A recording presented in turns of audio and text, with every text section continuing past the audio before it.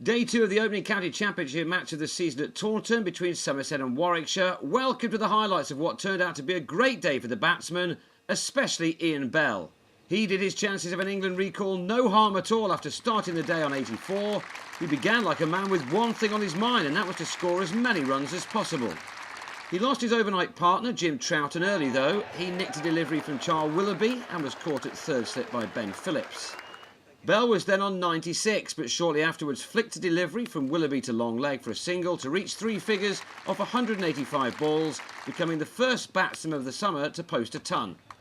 Rain threatened throughout the morning and the Quantocks were again not visible, but Bell and acting captain Tim Ambrose continued to make the most of some lacklustre bowling.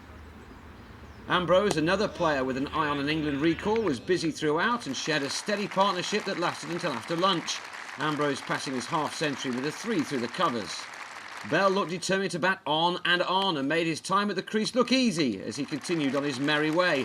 Helping himself to more boundaries, in total he struck the pickets 25 times, a nice neat 100 in boundaries alone. He passed his 150 with no alarms, and it was difficult to see why he was not nailed down the much talked about England number 3 spot before this domestic summer had begun. The likes of Shah and Vaughan now have much to do.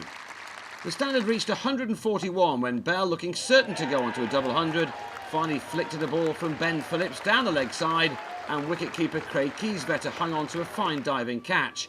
But they soon lost that firm grip on the game as Somerset, boosted by their moment of good fortune, fought back strongly. Debutant Ricky Clark was surprised by Mark Turner's rare lifter. Then the hitherto disappointing Amari Banks discovered a delivery with flight and spin to dismiss Ambrose for a pugnacious 57. Suddenly it was 365 for 7 and Somerset were right back in the game. They soon got rid of the dangerous and hard-hitting Neil Carter, leg before to Willoughby for 21, shortly followed by Ant Boter at 433 for 9. And then came an extremely frustrating 10th wicket stand, the kind which makes fielding captains pull their hair out. Woakes, a recent and surprising addition to England's 2020 thoughts, especially looked in good touch. He'd never hit a first-class 50 before, but thanks to good support from James Anyon, was able to reach that all-important landmark. The last wicket added 67 before Woakes on 63 edged a catch to second slip. It was the first time Warwickshire had reached 500 against Somerset in spite of 4 wickets for Phillips and 3 for Willoughby. Somerset had few mishaps in the hour they had to bat as Warwickshire bowled as if they were still in the pre-season nets on the usually good Taunton pitch. Marcus Trescothick was his usual phlegmatic self, and he can expect plenty of shots like these as the summer progresses. He's still the best opener in the country.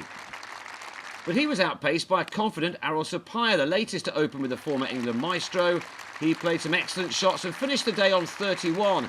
And it'll take some much improved bowling on day 3 or some sloppy batting from Somerset to prevent them from getting at least near that total of 500.